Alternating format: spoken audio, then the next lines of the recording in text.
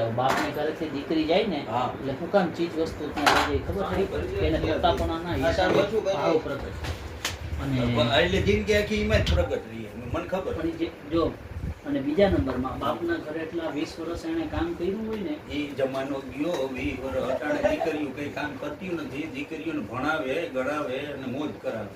દીકરીઓ અટાણે છે ને માણસ છે ને બહુ સિમ્પલ એ લોકલ જે લુખીના હોય ને એ કરાવતા. આ વિપુલભાઈ એમ કહેતા હતા.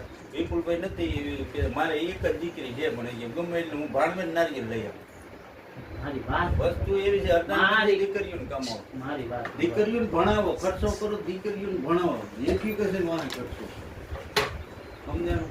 પછી તમે 5 ગામડામાં 5 ધોરણ ભણાવીને ઉઠાડીને કાયમી ચડાવી દો પછી તમે લાખ રૂપિયા કરિયાવર લઈ ગયો એ તો કઈ છે હે તમે સમજો.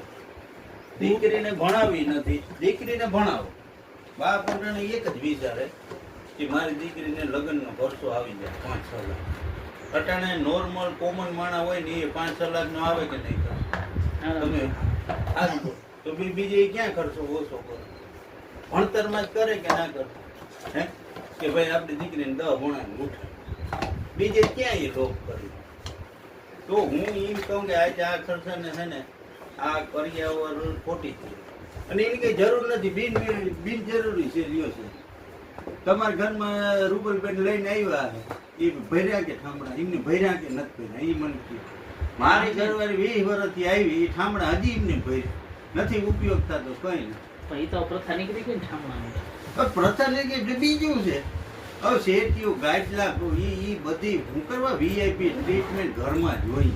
ત્રીજું ટીવ્યું સોફા હવે કોમન માણસની એ વસ્તુની જરૂર છે. એ અમીરોના શોખ શું કરવા રાખવા હે તમે જ ખુદ કયો સત્ય એવી વસ્તુ. હા પણ આ એક દેખા દેખી થઈ ગઈ.